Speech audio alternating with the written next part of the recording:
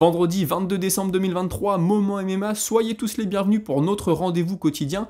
Au programme, Leon Edwards, son coach confirme qu'il affrontera n'importe quel adversaire, mais que Gilbert Burns est une option qui les intéresse tout particulièrement. Charles Jourdain qui cible une retraite à 30 ans, et bien sûr les premiers combats de l'UFC 300 qui ont été annoncés. On traitera aussi de toutes les informations majeures du jour. C'est parti.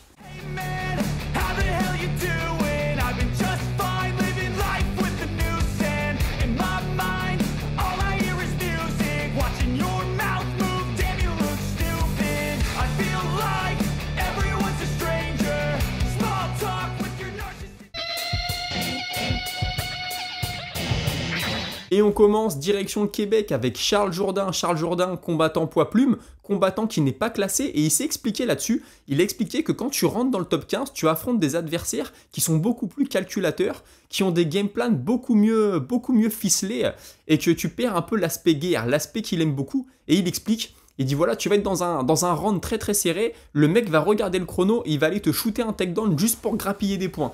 Et il dit moi c'est quelque chose que j'aime pas, j'aime beaucoup combattre à l'instinct, alors il le dit pas comme ça mais c'est ce qu'on comprend. Il dit maintenant si je dois rentrer dans le top 15 et affronter des gars classés, je vais être payé en conséquence.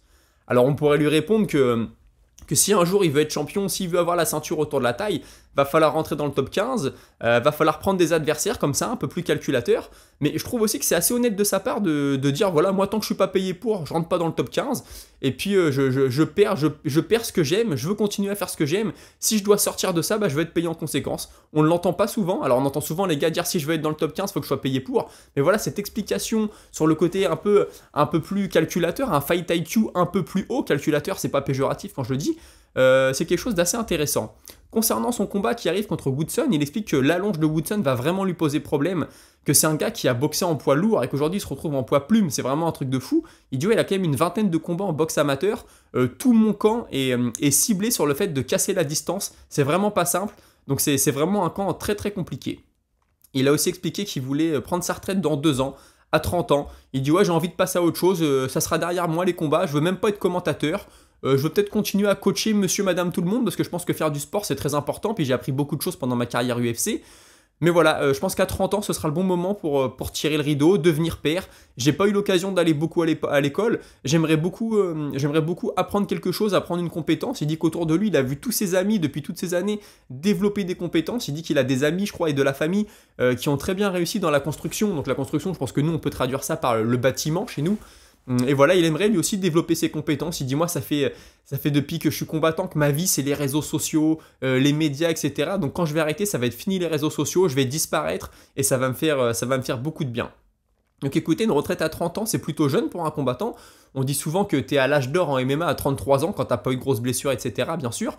Maintenant, je peux le comprendre, il a peut-être envie de passer à autre chose aussi. S'il a fait de l'argent, tant mieux pour lui. D'ailleurs, il dit que son prochain contrat, ça va être beaucoup d'argent. Il dit ouais, je sais que là, mon prochain contrat, il y a déjà des négociations. Je sais que là, on va rentrer dans les conversations très très intéressantes. Et puis écoutez, pourquoi pas Charles Jourdain, alors je sais pas s'il y pense, peut-être finir sa carrière au PFL, peut-être faire encore 1 ou 2 ans à l'UFC, et puis après tenter sa chance au tournoi à 1 million au PFL, je pense que ça pourrait lui réussir. Le PFL serait peut-être intéressé, c'est un gars super spectaculaire. Coup de genou sauté, coup de poing sauté, il donne tout à tous ses combats. Donc écoutez, pourquoi pas retrouver Charles Jourdain au PFL, c'est peut-être une option à laquelle il pense. Puisqu'on est au Québec, on y reste avec coach Zahabi, Firas Zahabi, coach notamment de Georges Saint-Pierre. Alors on lui a posé la question, lutte ou jiu-jitsu brésilien? Lui on sait qu'il adore le jiu-jitsu brésilien, il a eu une carrière dans le pied-point avant, mais maintenant il est connu pour son JJB. Et il dit voilà écoute, moi je pense que le JJB est au-dessus de la lutte s'il n'y a pas de limite de temps. Il dit la lutte c'est bien, t'as des contrôles puissants mais tu finis pas forcément le combat. Le JJB ça a été créé pendant les tournois de Vale Tudo, c'était pas des rounds de 5 minutes. Et donc du coup le JJB, faut du temps pour mettre en place, faut du temps pour amener ta clé, pour amener ton étranglement. Donc dans un combat de MMA avec des rounds de 5 minutes, c'est vrai que la lutte va avoir le dessus, mais dans un combat sans limite de temps ou avec des rounds très très longs, je donne un avantage au JJB. Très intéressant, ces dernières années on a vu que la lutte avait pris un peu le dessus, le style de lutteur en tout cas. C'est une explication que j'avais rarement entendue, je la trouve très intéressante donc je voulais vous la partager. On va maintenant en Angleterre avec Leon Edwards, son coach plus précisément, qui s'est exprimé chez Ariel Helwani. Alors il est revenu forcément sur le trash talk, il a dit ouais j'ai parlé à Dana White, je lui ai expliqué qu'il devait tracer une ligne. Il y a une ligne à pas dépasser, je pense que Dana White doit être très clair avec ses combattants, ce qu'a fait Colby Covington, c'était vraiment dégueulasse et je pense qu'il y a quelque chose à faire avec l'UFC de ce côté-là. Il explique aussi que pour l'instant, Leon Edwards est concentré sur les poids welter. Il dit ouais, on avait parlé de monter en moyen, mais moi je pense que Leon Edwards, il doit s'établir chez les welter, prendre les contenders et montrer qu'il est le champion. Il parle d'un retour en avril, peut-être à l'UFC 300. C'est encore flou, mais s'il veut être très actif cette année, il faut qu'il revienne de bonne heure dans l'année 2024. Il dit pour l'instant, on va continuer à s'entraîner, voilà, mais tant qu'on n'a pas d'adversaire, on ne peut pas travailler sur un game plan. Donc on attend le nom de l'adversaire. Si c'est Bilal Mohamed, c'est Bilal Mohamed, il a mérité. Maintenant, voilà, je pense que moi, je préférais Gilbert Burns, c'est ce qu'il dit. Il dit, je pense que Gilbert Burns amène plus de choses sur la table, mais il est aussi très conscient que Gilbert Burns est sur une défaite, et que forcément, s'il veut arriver jusqu'à Leon Edwards, il lui faut encore au moins une, voire 2 victoires. Mais voilà, c'est son idée à lui, plutôt Gilbert Burns que Bilal Mohamed. Moi, personnellement, je pense que ce sera plutôt Bilal Mohamed. Bilal Mohamed a dit qu'apparemment Dana White lui avait donné sa parole. Alors tout de suite, Bilal Mohamed, il a réagi. Il a dit ouais, c'est pas normal, pourquoi j'ai pas mon title shot, etc. Et puis Leon Edwards, il a dit ouais, arrête de croire que j'ai peur, t'es le mec le moins intimidant de la catégorie. Et Mohamed, il dit bah si je suis pas intimidant, pourquoi tu m'affrontes pas? Donc voilà, les deux se sont renvoyés la balle. Encore une fois, je comprends la frustration de Bilal Mohamed. Il a dit que Shavkat Rakhmonov était très intéressant aussi, mais qu'il était blessé, donc pour l'instant, ce sera pas possible. Et puis, pour revenir sur Bilal Mohamed, il explique que dans le premier combat entre les deux, il dit ouais, on peut pas dire qui aurait gagné parce qu'on peut pas vendre la peau de l'ours avant de l'avoir tué. Mais maintenant, voilà, je pense que Leon Edwards avait le dessus et qu'il aurait remporté ce combat. Il dit maintenant, on prendra n'importe qui. Si c'est Bilal, c'est Bilal. Bon, écoutez, c'est assez rassurant de savoir que la ceinture va être défendue, qu'il va pas chercher à monter tout de suite, qu'il y a de fortes chances qu'il prenne le contender numéro 1. C'est quelque chose que j'aime beaucoup. Donc écoutez, on verra comment ça évolue. Écoutez, je vous propose tout de suite de prendre une petite respiration et de passer à la minute box. La minute box qui va concerner David Haney aujourd'hui, il a confirmé qu'il y avait des négociations avec Ryan Garcia. Il dit ouais, on a vraiment des négociations, c'est vrai, c'est un combat qui risque d'arriver, faut voir ce que ça va donner. Il explique que quand ils étaient amateurs, ils ont sparé 6 fois ensemble et il dit ouais, on est sur un 3-3. Il a gagné 3 fois, j'ai gagné 3 fois. Donc voilà, je sais pas s'il le dit vraiment, si c'est plus une blague, mais moi je savais pas qu'ils avaient déjà sparé ensemble, je l'ai appris pendant l'interview. Il a aussi expliqué qu'il aimerait beaucoup affronter Tank Davis. Il dit ouais, c'est mon choix numéro 1, mais on n'a encore aucune négociation avec lui. En plus, il y a le problème du poids, moi je veux pas redescendre en 135. Ça me donne beaucoup trop, c'est trop dur pour mon corps. Je suis très bien en 140. La semaine du combat, quand j'ai combattu en 140, c'était exceptionnel. Je me demandais même si je m'étais entraîné assez dur parce que je me sentais en pleine forme. Et le soir du combat, je suis arrivé à 165. C'était parfait. Il a aussi expliqué qu'il aimerait monter un jour en 145. Il dit ouais, c'est mes plans pour le futur. Pourquoi pas un combat contre Crawford? Ce sera un gros fight. Moi, je cible un retour en avril. Crawford, ce sera pas pour tout de suite. Je vais monter en 147, mais pas pour mon prochain combat en tout cas. Et il a aussi expliqué qu'il y a 2 ans, personne ne croyait en lui et qu'aujourd'hui, tout le monde veut l'affronter. Il dit ouais, je suis vraiment très heureux. C'est vraiment un grand accomplissement pour moi et j'ai l'impression d'avoir enfin la reconnaissance que je mérite. Écoutez, ça annonce de beaux jours pour la boxe anglaise, surtout dans ces catégories-là. Crawford, Haney, Tank Davis, Ryan Garcia. Est-ce que tous ceux-là vont réussir à s'affronter? Je ne sais pas, mais en tout cas, il y a des discussions et je suis plutôt positif là-dessus. On retourne tout de suite au MMA avec Sean Brady, excusez-moi, qui s'est exprimé suite à sa victoire contre Kevin Gastelum. Alors tout d'abord, il est revenu sur son combat contre Bilal Mohamed. Il dit « Je suis vraiment pas content de ce combat-là. J'étais pas moi, j'étais pas là mentalement, j'étais pas là physiquement. » Alors il a parlé du voyage, hein, je vous l'ai déjà dit. Le voyage à Abu Dhabi, tout ça, ça l'a vraiment affecté. Donc voilà, il explique qu'il aimerait beaucoup avoir sa revanche. Maintenant, il sait que Bilal Mohamed est devant lui dans les classements. Il va falloir quelques combats pour rattraper ça. Il expliquait que pour son dernier combat, il a fait une grosse préparation mentale. Il dit c'est vraiment de ça dont j'avais besoin et je suis content, ça a payé dans la cage. J'étais vraiment au top, bien dans ma tête, bien dans mon corps. Je sentais que j'allais faire une grosse prestation et ça s'est traduit dans la cage. Il explique que la semaine s'était très bien passée, j'étais bien entouré, j'avais 15 personnes autour de moi. C'était vraiment quelque chose que j'ai beaucoup apprécié. Il explique aussi que pendant le combat, il a entendu Daniel Cormier dire que son grappling était bon. Il dit ouais, ça m'a vraiment boosté d'avoir la reconnaissance d'un mec comme Daniel Cormier, le lutteur que c'est, le combattant que ça a été, de dire que mon grappling était bon. Je l'ai entendu et ça m'a fait très plaisir. Content aussi d'avoir battu Gastelum, qui reste un très gros nom à l'UFC, donc c'est un beau nom sur son tableau de chasse. Il espère prendre Gary, excusez-moi, pour son prochain combat. Il dit ouais, je le voulais déjà avant, je le veux toujours. Je devais affronter Luque, il m'a volé mon adversaire, donc ça fait une belle petite histoire. Et il dit moi je pense que si tout le monde le déteste, c'est déjà parce qu'il vient dans la salle avec ses caméras, il explique plus ou moins qu'il a mis KO ses sparring partners, qu'il a eu le dessus, etc. Ça se fait pas. Ta salle de sport, tes collègues d'entraînement, c'est ta famille. Tu parles pas comme ça d'eux. Et donc moi j'ai vraiment envie de lui mettre la main dessus en gros. Et il explique qu'il aimerait un retour à sur la carte d'Atlantic City en mars, le 30 mars. Voilà, c'est une ville dans laquelle il a déjà combattu, il a déjà défendu une ceinture dans une autre organisation, donc il se sent bien là-bas. Et d'ici vraiment je pouvais avoir mon retour le 30 mars, c'est assez rapide, et en plus c'est une ville que j'aime bien, donc pourquoi pas. Écoutez, Sean Brady, il a été impressionnant lors de son dernier combat, il l'avait été beaucoup moins contre Bilal Mohamed. Est-ce que c'était juste un faux pas? ou est-ce que vraiment il avait plafonné, il n'arrivera pas à aller plus haut, je sais pas. Combattant que moi j'aime bien voir combattre, j'ai aimé sa prestation contre Gastelum, donc écoutez, est-ce qu'il aura son rematch contre Bilal Mohamed un jour? Peut-être, hein, c'est encore jouable, Bilal Mohamed n'est plus tout jeune, mais je pense que dans les un an et demi, ça pourrait pourquoi pas arriver. On va passer maintenant à de l'annonce de combat et on commence avec Whittaker contre Costa. Alors Whittaker avait dit qu'il ne voulait pas prendre Costa parce que Costa annulait bien trop souvent ses combats. Écoutez, le combat est booké pour le 17 février, UFC 298. Moi, je vais mettre la petite pièce quand même sur Whittaker. Je pense qu'il est meilleur que Costa. Costa, je pense que ses meilleurs joueurs sont derrière lui. Alors Whittaker, il est peut-être plus à son prime, mais je pense qu'il peut faire quelque chose. Et c'est un combattant que j'aime beaucoup, donc je lui souhaite le meilleur. Yair Rodriguez et Brian Ortega vont avoir le droit à leur deuxième combat. Je rappelle que Ortega s'était blessé lors du premier. Il n'a pas recombattu depuis, c'était en juillet 2022. Donc ça fera 1 an et demi hein, quand ils vont s'affronter, puisqu'ils vont s'affronter à Mexico. Combat en 5 rounds. Co-main event, mais co-main event de 5 rounds, le 24 février. Je suis content, ça va être un très beau combat. À voir comment Ortega va revenir. Hein. Il n'a pas été très actif ces dernières années, encore moins depuis qu'il s'est blessé. Rodriguez, son dernier combat, c'était au mois de juillet, c'était récent. Il avait perdu contre Volkanovski. Comment il va s'en remettre, c'est pareil. Combat de toute façon intéressant. Les deux gars, alors Rodriguez, c'est un pur Mexicain. Ortega, je crois qu'il a seulement des origines mexicaines. Maintenant, ça va être à Mexico City. Donc, excellent combat sur une excellente carte. Et on a eu les premiers combats de l'UFC 300, des beaux combats. D'abord, il va y avoir Bonical contre Brundage. Beau combat, alors voilà, Brundage ou Brundage, hein, je sais pas comment on dit, c'est pas le meilleur des combattants, c'est pas le plus connu, mais dans la construction de carrière de Bonical, c'est logique, il peut pas tout de suite prendre des mecs qui sont sur des séries de victoires de dingue. C'est comme ça, l'UFC essaye de le construire. Alors il y a eu la rumeur que ce serait le premier combat des prélims, je sais pas si ça a été confirmé, mais si c'est ça, ce sera un magnifique combat. On a aussi Sterling qui va affronter Kattar, je vous en parlais hier ou avant-hier. Le combat va se faire, super combat, je pense que Sterling a tout intérêt à amener le combat au sol, à réussir ses débuts, il va très rapidement être dans la conversation pour le titre. Kattar, c'est un beau nom à afficher, si tu veux montrer que tu es toujours là, que tu es toujours au top, battre Sterling, ça pourrait être une très très bonne opération pour lui. Et puis Jari Prochazka va affronter Rakic, on le savait, Rakic devait affronter Blachowicz, Blachowicz s'est blessé, Prochazka s'était proposé, le combat va avoir lieu, magnifique. Je donne un petit avantage à Prochazka, même si j'enlève rien à Rakic. Mais voilà, Prochazka, il aura combattu à New York, il aura combattu à l'UFC 300. En même temps, on aime son style, les fans l'aiment, l'UFC a l'air de l'apprécier, donc c'est tant mieux pour lui.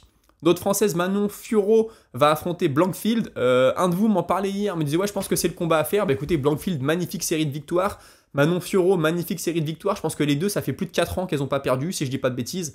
Ça va avoir lieu à Atlantic City justement le 30 mars. Écoutez, Manon Fiorot c'est bien, elle revient depuis son combat à Paris, elle avait été un peu blessée. Septembre, ça fait pas un long lay-off non plus. Je pense que la gagnante de ce combat-là, elle aura forcément sa chance au titre, ça fait du sens, à moins qu'elle se fasse griller la priorité par je ne sais qui. Mais voilà, tous derrière notre française. Ensuite, on a Alex Lauré qui a signé avec le PFL. Alors lui, il pousse pour un combat avec Cédric Doumbé. Hein. Les deux se chauffent sur les réseaux sociaux depuis quelques jours, quelques semaines même. Il a mis, voilà, seules les montagnes ne se croisent pas. Alors pour lui, ce serait génial de prendre Cédric Doumbé. Ce serait un magnifique coup de pub. Cédric Doumbé, j'ai vraiment l'impression que son prochain adversaire, ça va être un gros nom. Je pense que l'UFC pousse dans ce sens, le PFL, pardon, pousse dans ce sens-là. Les fans aussi. Ça avait parlé d'Anthony Pettis, ça avait parlé de Michael Venom Page. Je dis pas que c'est impossible. Maintenant, voilà, je pense pas que ce soit la direction que prennent les choses. Et on a aussi Baysangour Shamsudinov qui a signé lui aussi avec le PFL, ancien combattant du ARS, hein, on le connaît, très très populaire à la fois sur les réseaux et dans la cage. Il va combattre sur la carte de Paris au mois de mai. Alors écoutez, est-ce qu'il sera dans le tournoi ou pas? Je ne sais pas. Maintenant c'est très bien pour sa carrière, il passe du ARS au PFL, il est encore jeune, il pourra même aller à l'UFC après. Il y a de l'argent à prendre et tant mieux pour lui. On a Oumar Nurmagomedov qui a tweeté « S'il vous plaît, expliquez-moi pourquoi personne ne me call, j'ai besoin d'un combat en bantamweight s'il vous plaît. » Écoutez, ouais, Oumar Nurmagomedov, son coach Javier Mendez a dit que c'était la future pépite, la future star de son écurie. Pour l'instant, on peut pas trop lui enlever ça. Personne ne veut l'affronter, c'est vrai que c'est un combattant, tu sais que ça va être très difficile, combattant plutôt complet. Maintenant, voilà, moi je pense que l'UFC va lui donner des combats, ils vont pas le laisser sur la touche trop longtemps. On sait qu'il y a Cory Sandhagen qui va revenir, je vais en parler juste après. Alors Cory Sandhagen, par contre, c'est pas pour tout de suite, hein. Je crois qu'il cible un retour en avril ou mai, si je dis pas de bêtises. Donc pourquoi pas, je pense que Nurmagomedov veut combattre avant ça, c'est une catégorie de dingue, si on lui trouve pas un combat, c'est quand même un peu gros. On passe au dernier dossier de la semaine, Cory Sandhagen. Alors voilà, il expliquait que ça fait 4 mois qu'il s'est fait opérer. Je rappelle qu'il était blessé lors de son dernier combat. C'est pour ça qu'il a fait un combat très limite. Hein. Il l'a redit. Il a dit ouais, j'ai passé le combat au sol parce que dès le premier round, mon bras était compromis. Je crois que c'est une opération du coude. Donc il dit voilà, là actuellement je me rentraîne, mais je suis pas à 100%, je peux pas m'entraîner à fond, donc je peux pas recommencer, excusez-moi, un corps d'entraînement.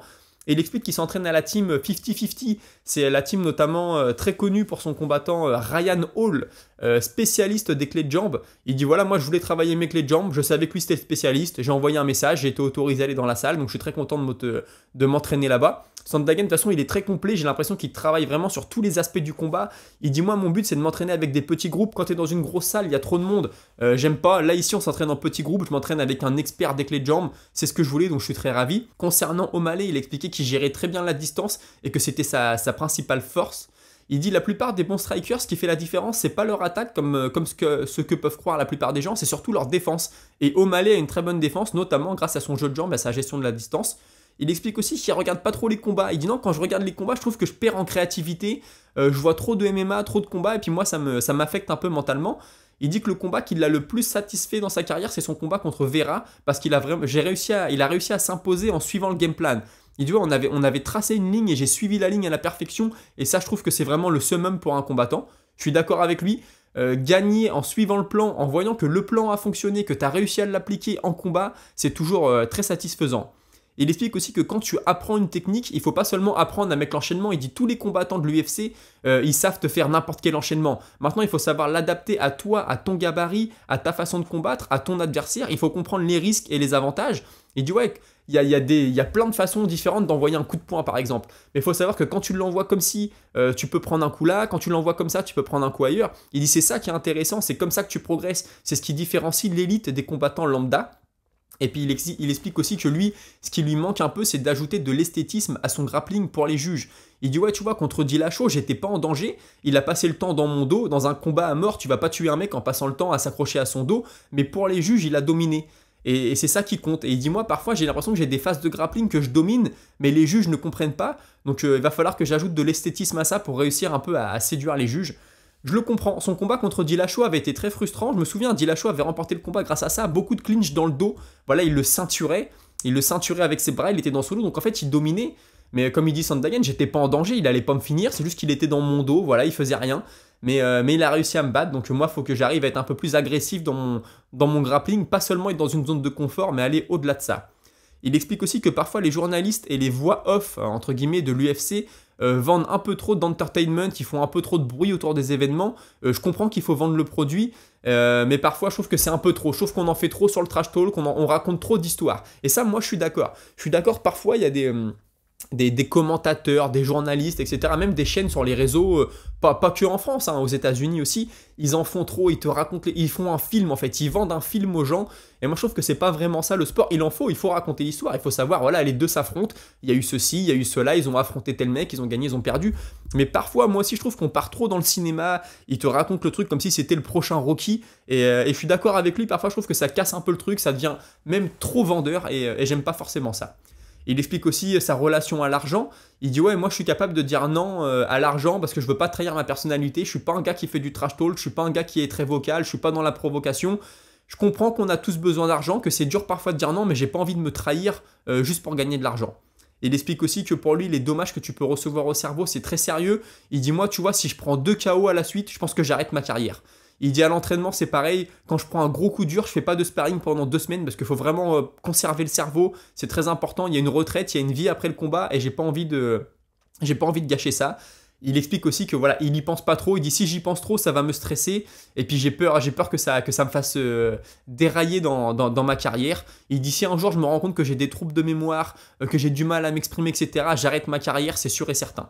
Donc c'est à mettre à son crédit, on en parlait avec Georges Saint-Pierre, on en parlait avec Stephen Thompson. C'est facile à dire, c'est plus difficile à faire, je pense, quand tu sais que tu as de l'argent à gagner en combattant, mais je pense que c'est un choix qui est très très sage. Il pense être le number one contender, le premier challenger à la ceinture. Il dit j'ai battu Chito Vera, je sais qu'il veut sa revanche, s'il devient champion, peut-être que je pourrai accéder au titre un peu plus vite. Écoutez, pourquoi pas, ce serait drôle. Vera aurait eu son combat pour le titre parce qu'il a battu O'Malley, et Sandhagen parce qu'il a battu Vera. Maintenant Sandhagen c'est plus logique, hein, il est plus près dans les classements bien sûr. Et puis il explique voilà, qu'il pourrait reprendre un camp d'entraînement en février pour un retour en avril ou mai. Et il explique que O'Malley est un combat très excitant. Bah déjà, c'est le champion. Puis c'est vrai qu'au niveau des match-up, excusez-moi, ce serait très très beau. Il explique que Merab Dvalishvili est aussi dans la conversation, mais il pense que Cerudo va gagner parce qu'il a un meilleur striking. Et que les deux vont se neutraliser en lutte, que ça va se passer debout et que Cerudo va gagner. Ça, je sais pas, on aura la réponse très prochainement. Cory Sandhagen, combattant que j'aime beaucoup. J'ai peur que ce soit un éternel second lui aussi, qui n'est jamais... Il lui manque ce petit truc pour aller à la ceinture. Il peut être champion, bien sûr. Quand il avait combattu Sterling à l'époque, on savait que le gagnant de ce combat-là serait peut-être le prochain champion. C'était les deux mecs qui montaient, c'était très intéressant à suivre. Il s'était incliné assez rapidement, malheureusement, il avait été très déçu. Sterling avait fait ce qu'il fallait. Il a encore le temps, j'espère qu'on le verra un jour avec la ceinture. Écoutez, on a fait le tour de l'actu pour aujourd'hui. Je vous propose de passer à la Minute Auditeur. Minute Auditeur que je commence avec Lucas UB7DI qui me dit « J'ai vraiment peur pour Topuria contre Volk. En tant que grand fan d'Alexander Volkanovski et après sa défaite contre Islam avec ce caillot effrayant, je me demande vraiment comment il peut se relever. » Alors on a Jordan Herman qui est d'accord avec lui. Vous êtes nombreux à être d'accord avec ça. Hein. Vincente Mata, c'est pareil. Moi, c'est vrai, je sais pas. Je sais pas du tout comment il va revenir. C'est la grande interrogation. Tant qu'on n'aura pas vu le combat, de toute façon, on saura pas. Mais Vincente Mata dit un truc intéressant. Il me dit, ah, tu vois, je me pose plus de questions pour le retour de Mitchell que pour le retour de Volkanovski. Bah alors là, je suis entièrement d'accord. Le KO n'était pas le même. En plus, Volkanovski, il y a quand même ce truc de dire, bon, j'étais pas dans ma catégorie. Voilà, j'aurais peut-être pas dû prendre ce combat, etc. Là, je reviens dans ma catégorie, je suis le champion, faut que je m'impose. C'est de la pression aussi, hein. Attention, je dis pas le contraire. Mais c'est vrai que le KO qu'a pris Mitchell, par contre, oh là là, il était très mauvais. En plus, juste avant ça, il avait fait victoire-défaite. Donc compliqué pour Mitchell. Moi aussi, j'ai beaucoup plus peur pour Mitchell. Le KO était beaucoup plus impressionnant. Donc j'espère que ça va pas trop lui porter préjudice pour la suite. On a Loïc B 8263 en parlant du japonais Inoue dont je vous parlais hier. Je vous disais qu'on n'en entend pas beaucoup parler parce qu'il combat beaucoup au Japon, puis que nous, on a plus des retours des médias américains. Il me dit ouais, le champ il combat chez lui, c'est normal. Je ne pense pas que les champions du monde japonais combattent plus chez eux que les champions du monde américains. C'est pas faux, on dit souvent deux Américains qui s'affrontent, ça fait tout de suite un championnat du monde. Je suis d'accord avec toi, maintenant je pense que ce qui sert les Américains, c'est qu'ils vendent mieux le produit. Mondialement, ils vendent beaucoup mieux la chose, ils ont plus de notoriété, plus de marketing autour. Alors je dis pas, si tu habites en Asie, t'entends peut-être beaucoup parler des Japonais. Si tu t'intéresses à la boxe de très près, tu connais les Japonais, mais tu vois, un gars comme moi qui suit la boxe d'assez loin, je regarde que les gros combats, bah ce que je vois passer de l'actualité, c'est beaucoup plus les médias américains que les médias japonais. Donc c'est là, je pense, où ça pêche un petit peu, mais c'est pas un reproche que je faisais à Inoue en lui disant qu'il combat au Japon. Hein. On a Sassos qui me dit Inoue, c'est un des pound for pound, clairement, un des meilleurs. Il a presque fini tous les combats, mais c'est un des boxeurs les plus techniques. Et puis même les Américains aiment boxer au Japon tellement ça paye bien. Alors ça, je savais pas que ça payait énormément au Japon. Honnêtement, j'avais pas l'information. Mais oui, Inoue, il a tout. Il a la vitesse, les déplacements, la technique, la puissance, l'instinct du tueur. Combattant que j'aime beaucoup. Il combat mardi prochain, je le rappelle pour ceux qui n'ont pas vu la vidéo d'hier. Je vous conseille à tous d'aller voir ce combat-là. C'est pas de la boxe anglaise chiante. Ça se tourne pas autour pendant 12 rounds. Il y a beaucoup d'action. Et on termine avec le commentaire de Jordan Herman 3175 qui m'a fait rire parce que je disais que les Américains parfois quand ils combattent à l'étranger comme Sean Brady, ils t'expliquent qu'ils ont du mal à s'imposer parce qu'il y a le voyage, etc. Et puis je disais ouais, il y en a d'autres combattants, c'est peut-être ce qui fait la différence entre les grands combattants et les combattants normaux, c'est qu'un grand combattant, peu importe où il va dans le monde, il va réussir à s'imposer. Alors qu'il y a certains combattants, bah, peut-être quand ils sont pas dans leur zone géographique, quand il y a un long trajet en avion, un décalage horaire et tout, ça leur porte préjudice. Et je disais que c'était peut-être ça la différence entre les très grands et les combattants lambda. Et lui, il me dit ouais, donc Benoît Saint-Denis, c'est un très grand, il a battu Frévola dans sa propre ville. Bon, c'est de l'humour, hein, bien sûr. Ça m'a fait sourire, j'avais pas fait le rapprochement entre les deux, mais bon, vous avez tous compris ce que je voulais dire. Écoutez, c'était le dernier épisode de la semaine. Comme je vous l'ai dit, pendant les vacances, je vais être beaucoup moins actif. Je pense qu'il y aura des vidéos, mais pas tous les jours. Est-ce que je vais en profiter pour lancer des shorts ? Peut-être, c'est peut-être le moment. Vous pouvez me suivre aussi sur les réseaux sociaux, Instagram, Twitter. Je pense que je vais beaucoup tweeter pour vous donner les infos, comme ça au compte-gouttes. Pas d'explication, juste les infos. Puis quand j'aurai une vidéo, bah, je vous en parlerai un peu plus. Je pense que c'est le bon moment pour lancer mon Twitter. J'ai déjà un Twitter, mais je suis totalement inactif dessus. Donc écoutez, pourquoi pas. Et puis sinon, je vous souhaite à tous de bonnes fêtes. Profitez bien, Noël, le jour de l'an, tout ça. On se parle pendant les vacances. Et puis au retour des vacances, alors je sais pas, c'est le lundi 6 ou 7. Là, on reprend les vidéos quotidiennes. Merci à tous de me suivre depuis le mois d'octobre, on a vraiment fait un bon bout de chemin, on a réussi à monétiser la chaîne, on a plus de 1000 abonnés maintenant, vous avez vu il y a des nouvelles miniatures, j'espère que le mois de janvier-février j'aurai une nouvelle image de fond, peut-être une image de fond avec un peu plus de mouvement, un peu plus interactive, c'est à l'étude, on verra ce que ça va donner, je vous remercie, passez de bonnes fêtes de Noël et on se retrouve dans la semaine prochaine. Je peux pas vous dire quand, on verra quand l'emploi du temps me le permet. C'est les vacances, vous savez, on est toujours plus débordé en vacances que quand c'est pas les vacances. Et écoutez, je vous souhaite à tous de bonnes fêtes. Salut!